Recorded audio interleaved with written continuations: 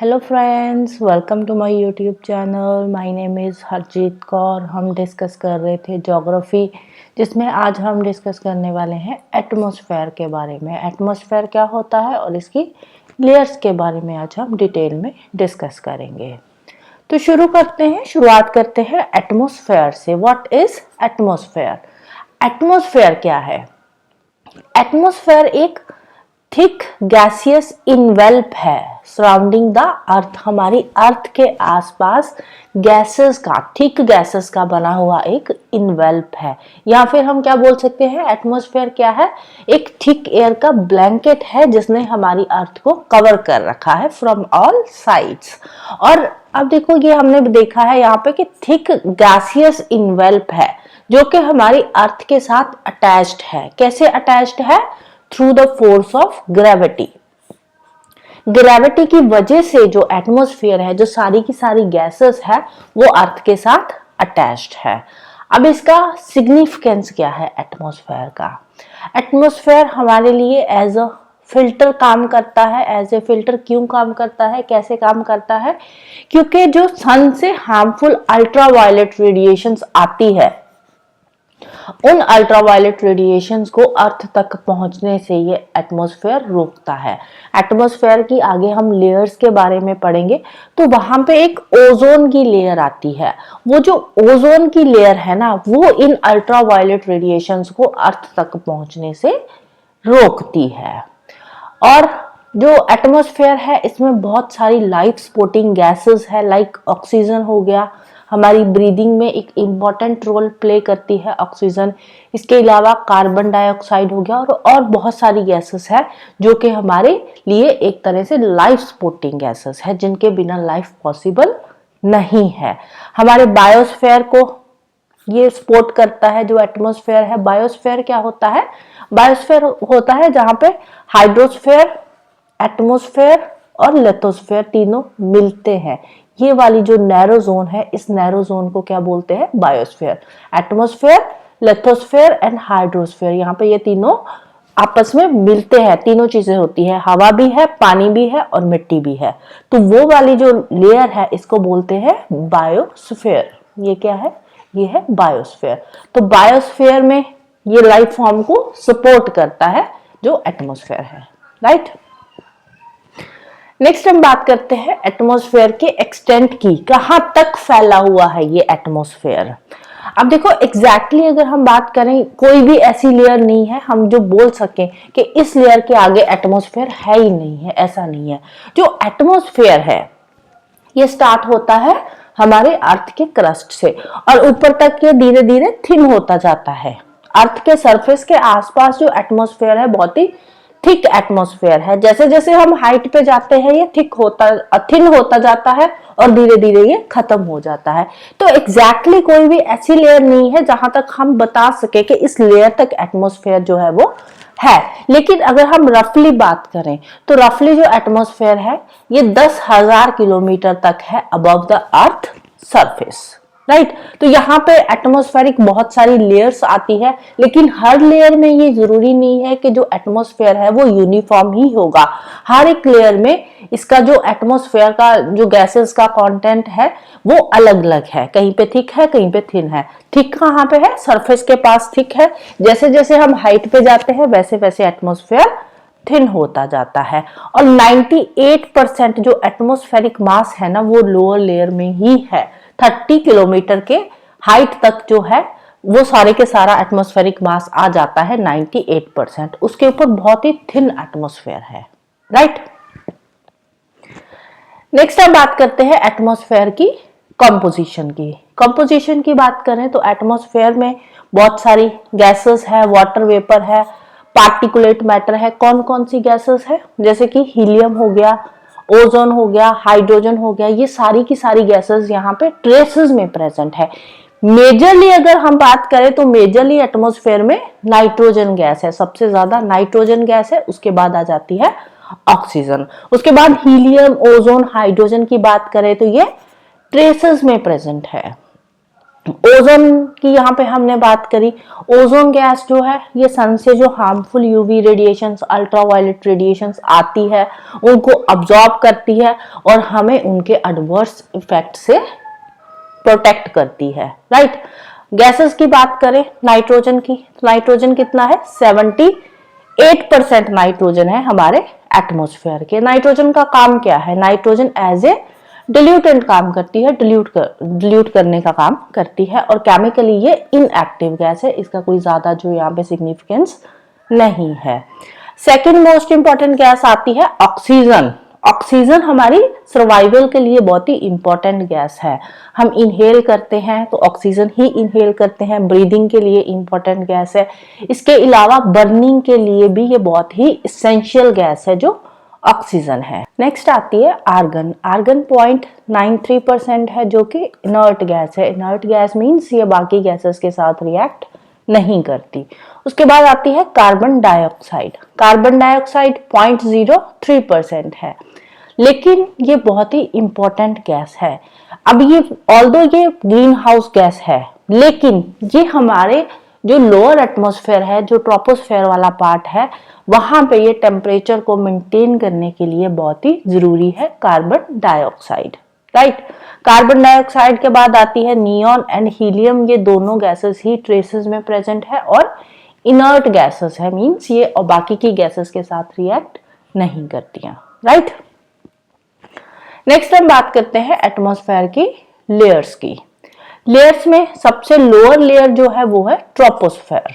जैसे अगर हम लेयर्स की बात करें, ये अर्थ है, तो अर्थ की जो सबसे लोअर लेयर है ये वाली, ये कौन सी है, ये ट्रोपोस्फेयर की आ जाती है। तो कुछ इस तरह से डायग्राम आपको मिलेगा जिसमें सबसे लोअर लेयर कौन सी आ जाएगी, ये ट्रोपोस्फेयर की आ जाएगी। उसके बाद आ जाएगी स्ट्रेटोस्फेयर, स्ट्रेटोस्फेयर के बाद मीजोस्फेयर, मीजोस्फेयर के बाद thermosphere, exosphere and so on. ऊपर जो है जो एटमॉस्फेयर है वो बहुत ही थिन एटमॉस्फेयर है। तो थिक एटमॉस्फेयर जो है वो ट्रोपोस्फेयर के अंदर ही आता है और थोड़ा बहुत स्ट्रेटोस्फेयर में आ जाता है, राइट। तो इस तरह से लेयर्स जो है एटमॉस्फेयर की चलती रहती है। ट्रोपोस्फेयर के बारे में हम सबसे पहले ये जो लोअर लेयर है जो अर्थ के सरफेस के, ये पास वाली लेयर है, इसके बारे में हम बात करते हैं। ट्रोपोस्फेयर की लेयर बहुत ज्यादा हाइट तक नहीं है। अगर हम एवरेज ऑल्टीट्यूड की बात करें ट्रोपोस्फेयर की, तो वो 18 किलोमीटर तक है from the surface of the earth. Earth का सरफेस है, सरफेस से 18 किलोमीटर तक आती है ट्रोपोस्फेयर की लेयर। लेकिन इसकी जो थिकनेस है वो पूरी अर्थ पे सेम नहीं है। पोल्स पे ये इसकी थिकनेस कम है, इक्वेटर पे ज्यादा है। अगर हम यहाँ पे इक्वेटर पे बात करें तो इक्वेटर पे इसकी जो हाइट है वो कितनी है ट्रोपोस्फेयर की, 18 किलोमीटर है। इक्वेटर पे 18 किलोमीटर है। पोल्स पे कितनी आ जाती है, पोल्स पे अप्रोक्सीमेटली अराउंड 8 किलोमीटर तक आती है ट्रोपोस्फेयर, राइट। ट्रोपोस्फेयर के अंदर टेम्परेचर की अगर हम बात करें तो जैसे जैसे हम हाइट पे जाते हैं वैसे वैसे टेम्परेचर डिक्रीज होता है। ट्रोपोस्फेयर में टेम्परेचर क्या होता है, यहाँ पे डिक्रीज होता है टेम्परेचर। 165 मीटर की हाइट तक जाते जाते 1 डिग्री सेल्सियस टेम्परेचर जो है वो ड्रॉप हो जाता है, जिसको बोलते हैं normal lapse rate of temperature, right. Troposphere में हाइट के साथ टेम्परेचर डिक्रीज होता है। जैसे यहाँ पे अगर हम ले तो यहाँ पे टेम्परेचर डिक्रीज होगा, स्ट्रेटोस्फेयर में इंक्रीज होगा, मेसोस्फेयर में डिक्रीज होगा। इस तरह से ये ऑल्टरनेट चलता रहता है पहली 4 लेयर्स में, और उसके बाद फिर टेम्परेचर कंटिन्यूसली इंक्रीज होता रहता है, राइट। जहां पे जाकर ट्रोपोस्फेयर खत्म होती है और स्ट्रेटोस्फेयर जो है वो शुरू होती है, स्टार्ट होती है, वो वाली जो ट्रांजिशनल लेयर है ट्रोपोस्फेयर एंड स्ट्रेटोस्फेयर की, उस ट्रांजिशनल लेयर को क्या बोलते हैं, ट्रोपोपॉज। ट्रोपोपॉज ट्रोपोस्फेयर और स्ट्रेटोस्फेयर के बीच वाली जो लेयर है, राइट। अब जो ट्रोपोस्फेयर है, ट्रोपोस्फेयर के अंदर वाटर वेपर्स भी है, डस्ट पार्टिकल्स भी है, और ज्यादातर जो कार्बन डाइऑक्साइड है एटमॉस्फेयर की वो ट्रोपोस्फेयर में ही प्रेजेंट है, राइट। जितने भी वेदर फिनोमेनास होते हैं, जैसे कि कंडेंसेशन हो गया, प्रेसिपिटेशन, स्टॉर्म्स आ रहे हैं, रेनफॉल हो रही है या स्नोफॉल हो रही है, ये सारे के सारे वेदर फिनोमेना सिर्फ और सिर्फ ट्रोपोस्फेयर में ही होते हैं, राइट। ट्रोपोस्फेयर के नेक्स्ट लेयर आती है स्ट्रेटोस्फेयर। स्ट्रेटोस्फेयर की बात करें तो ये ट्रोपोस्फेयर के ऊपर या अर्थ की सरफेस के अगर हम बात करें सरफेस से लेकर 50 किलोमीटर तक ये स्ट्रेटोस्फेयर की लेयर जो है वो रहती है। पहले जो 18 किलोमीटर है वो ट्रोपोस्फेयर है, 18 किलोमीटर से लेकर 50 किलोमीटर तक, ये 18 किलोमीटर तक हमने ली ट्रोपोस्फेयर। ट्रोपोस्फेयर से ऊपर ये 50 किलोमीटर तक कौन सी लेयर आ जाती है, स्ट्रेटोस्फेयर की, राइट। अब स्ट्रेटोस्फेयर के ऊपर जो मीजोस्फेयर की लेयर आती है, इन दोनों लेयर्स को सेपरेट जो करती है उस लेयर को बोलते हैं स्ट्रेटोपॉज, जो ट्रांजिशनल लेयर्स है स्ट्रेटोस्फेयर एंड मीजोस्फेयर के बीच में, राइट। तो ट्रांजिशनल लेयर को क्या बोलते हैं, स्ट्रेटोपॉज। अब ट्रोपोस्फियर में हम जैसे जैसे हाइट पे जाते हैं टेम्परेचर डिक्रीज होता है, लेकिन स्ट्रेटोस्फियर में हम जैसे जैसे हाइट पे जाते हैं टेम्परेचर इंक्रीज होता है। यहाँ पे टेम्परेचर इंक्रीज हो रहा है और ये जो फिनोमिना है टेम्परेचर इंक्रीज होने का स्ट्रेटोस्फियर में, उसको बोलते हैं टेम्परेचर इन्वर्जन। उसको क्या बोलते हैं, टेम्परेचर इन्वर्जन। इंपॉर्टेंट टर्म है, थोड़ा सा ध्यान में रख लेना। अब स्ट्रेटोस्फेयर में हम जैसे जैसे हाइट पे जाते थे टेम्परेचर डिक्रीज होता गया और -60 डिग्री तक पहुंच गया जब हम पहुंचे ट्रोपोपॉज तक। ट्रोपोपॉज से कुछ टाइम तक जो टेम्परेचर था कांस्टेंट रहा, उसके बाद टेम्परेचर इंक्रीज होना शुरू हुआ और इंक्रीज होते होते स्ट्रेटोपॉज तक पहुंचते पहुंचते जो टेम्परेचर था वो कहां तक रह गया, 0 डिग्री सेल्सियस तक। यहाँ पे इंक्रीज हो रहा है ना, तो -60 से बढ़ता बढ़ता 0 डिग्री तक पहुंच जाता है टेम्परेचर स्ट्रेटोपॉज तक। अब जो स्ट्रेटोस्फियर है, स्ट्रेटोस्फियर के अंदर जो लोअर स्ट्रेटोस्फियर है, राइट, यहाँ पे लोअर स्ट्रेटोस्फियर की हम बात कर रहे हैं। लोअर स्ट्रेटोस्फियर में एक बहुत ही इंपॉर्टेंट लेयर आती है। कौन सी लेयर आती है, ओजोन की लेयर आती है। लोअर स्ट्रेटोस्फियर में ओजोन की लेयर आती है जिसको बोलते हैं ओजोनोस्फीयर। इसका काम क्या है, हार्मफुल अल्ट्रावायलेट रेडिएशंस को अब्सॉर्ब करना, राइट। अब जो स्ट्रेटोस्फेयर है, स्ट्रेटोस्फेयर में कोई भी वेदर फिनोमेना नहीं होता। यहाँ पे कोई डस्ट पार्टिकल्स नहीं होते, कोई एटमॉस्फेरिक टर्बुलेंस नहीं होता, ऐसे नहीं है स्टॉर्म्स चल रहे हैं, रेनफॉल हो रही है, कंडेंसेशन, प्रेसिपिटेशन, कुछ भी नहीं होता, कोई वेदर फिनोमेना स्ट्रेटोस्फेयर के अंदर नहीं होता। इसीलिए स्ट्रेटोस्फेयर में हम जेट एयरक्राफ्ट्स को, जो एरोप्लेन्स है वो लोअर स्ट्रेटोस्फेयर में उड़ते हैं। कहाँ पे, ये भी लोअर स्ट्रेटोस्फेयर में है, राइट। लोअर स्ट्रेटोस्फेयर में जेट एयरक्राफ्ट उड़ते हैं। क्यों, क्योंकि यहाँ पे कोई वेदर फिनोमिना नहीं होता, उनको कोई डिस्टर्बेंस नहीं होती। स्ट्रेटोस्फेयर के बाद आती है लेयर मीजोस्फेयर की। स्ट्रेटोपॉज से फिर शुरू होती है मीजोस्फेयर और 80 किलोमीटर तक ये एक्सटेंड करती है इसकी हाइट मीजोस्फेयर की। स्ट्रेटोस्फेयर में टेम्परेचर इंक्रीज हुआ था, मीजोस्फेयर में टेम्परेचर यहाँ पे अगेन डिक्रीज हो रहा है। यहाँ पे टेम्परेचर डिक्रीज हो रहा है जैसे जैसे हम हाइट पे जाते हैं, जैसे कि ट्रोपोस्फेयर में हो रहा था। अब यहाँ पे क्या होता है, स्ट्रेटोपॉज में टेम्परेचर कितना हो गया था, 0 डिग्री हो गया था। तो यहाँ पे 0 डिग्री से टेम्परेचर डिक्रीज होना शुरू होता है और कहां तक पहुंचता है, -100 डिग्री सेल्सियस तक पहुंच जाता है जब तक हम मीजोपॉज तक पहुंचते हैं। 80 किलोमीटर तक है ना मीजोस्फेयर, उसके बाद ट्रांजिशनल लेयर आ जाती है जिसको बोलते हैं मीजोपॉज। अब जो मीजोस्फेयर है, it is the coldest layer of the atmosphere. Atmosphere की ये कोल्डेस्ट लेयर है मीजोस्फेयर, राइट। अब मीजोस्फेयर की जो अपर लिमिट है वो कौन सी है, वो है मीजोपॉज, जो कि इसको आयनोस्फेयर से सेपरेट करती है। अब देखो ये जो आयनोस्फेयर है ना, यहाँ पे अलग मैंने पॉइंट बनाया है, लेकिन ionosphere is the part of thermosphere, right. और एक और इंपॉर्टेंट बात है मीजोस्फेयर के बारे में, दैट इज मीटेओराइट्स। मीजोस्फेयर की लेयर के अंदर जो मीटेओराइट्स आते हैं वो यहीं पे बर्न हो जाते हैं। अगेन मोस्ट इंपॉर्टेंट जो पॉइंट है, मीजोस्फेयर, मीटेओराइट्स, यहाँ से आप दोनों को याद रख सकते हो। यहाँ पे मीटेओराइट्स आते हैं और यहीं पे ये बर्न कर जाते हैं, अर्थ के सरफेस के साथ क्लाइड होने से ये मीटेओराइट्स को प्रिवेंट करती है। नेक्स्ट हम बात करते हैं आयनोस्फेयर की। मेसोस्फेयर के ऊपर आयनोस्फेयर है, मीजोस्फेयर 80-85 तक है, उससे आगे 600 किलोमीटर तक की जो लेयर रहती है वो रहती है आयनोस्फेयर और you can say thermosphere, right. अब आयनोस्फेयर की खास बात क्या है, ये इंपॉर्टेंट क्यों है? क्योंकि इसमें होते हैं इलेक्ट्रिकली चार्ज्ड आयंस। आयनोस्फेयर के अंदर होते हैं electrically charged ions. Important point है। इनका काम क्या होता है? इनका काम होता है कि जो रेडियो वेव्स है उनको ये रिफ्लेक्ट बैक करते हैं, ये जो इलेक्ट्रिकली चार्ज्ड आयंस होते हैं। अब ये आते कहाँ हैं? ये आते हैं जो सोलर रेडिएशंस आती है अर्थ पे, वहां पे जो आयोनाइज्ड पार्टिकल्स होते हैं उनको ये लेयर अब्सॉर्ब करती है। अब देखो यहाँ पे आयोनाइज्ड पार्टिकल्स को अब्सॉर्ब किया जा रहा है, तो यहाँ पे से अगेन टेम्परेचर जो है वो इंक्रीज होना शुरू हो जाएगा। लेकिन इसके बाद जो टेम्परेचर है वो कंटिन्यूसली इंक्रीज ही होता रहेगा, डिक्रीज नहीं होगा। टेम्परेचर सिर्फ दो लेयर्स में डिक्रीज होता है, एक है ट्रोपोस्फेयर में और दूसरा कौन सी लेयर में था? दूसरा था मीजोस्फेयर में।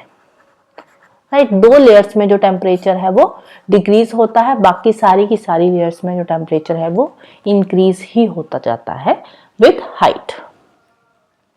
आयनोस्फेयर के बाद थर्मोस्फेयर आ गई। 600 किलोमीटर तक थर्मोस्फेयर की लेयर्स ही है। थर्मोस्फेयर में अगेन टेम्परेचर इंक्रीज होता है। थर्मोस्फेयर की जो ऊपर वाली लेयर है जहां पे थर्मोस्फेयर खत्म होती है उसको बोलते हैं थर्मोपॉज। सेम पॉइंट्स है जो बाकी लेयर्स में हम पढ़ते आ रहे हैं। तो यहाँ पे अप्रोक्सीमेटली ये जो थर्मोस्फेयर की लेयर है ये 600 किलोमीटर तक रहती है। लेकिन यहाँ पे हमने देखा कि जो टेम्परेचर है वो इंक्रीज हो रहा है। कितना इंक्रीज होता है? यहाँ पे 600 किलोमीटर की हाइट तक ये लेयर है और 600 किलोमीटर पे जाकर जो टेम्परेचर है वो पहुंच जाता है 1400 डिग्री सेल्सियस। डे टेम्परेचर होता है 1400 डिग्री सेल्सियस और नाइट टेम्परेचर यहाँ पे रहता है 225 डिग्री सेल्सियस। अब ये जो थर्मोस्फेयर की लेयर है बहुत ही थिन लेयर है। ये लेयर थिन लेयर है, इतनी थिक नहीं है। तो यहाँ पे बहुत ही लाइट गैसेस होती है, लाइक हीलियम हो गया या फिर हाइड्रोजन हो गई। तो बहुत ही थिन लेयर है और यहाँ पे लाइटर गैसेस पाई जाती है थर्मोस्फेयर की लेयर में। उसके बाद आता है एक्सोस्फेयर एंड मैग्नेटोस्फेयर। इनमें कुछ ज्यादा है नहीं है क्योंकि यहाँ एटमॉस्फेयर बहुत ही थिन होता है, ना के बराबर ही होता है।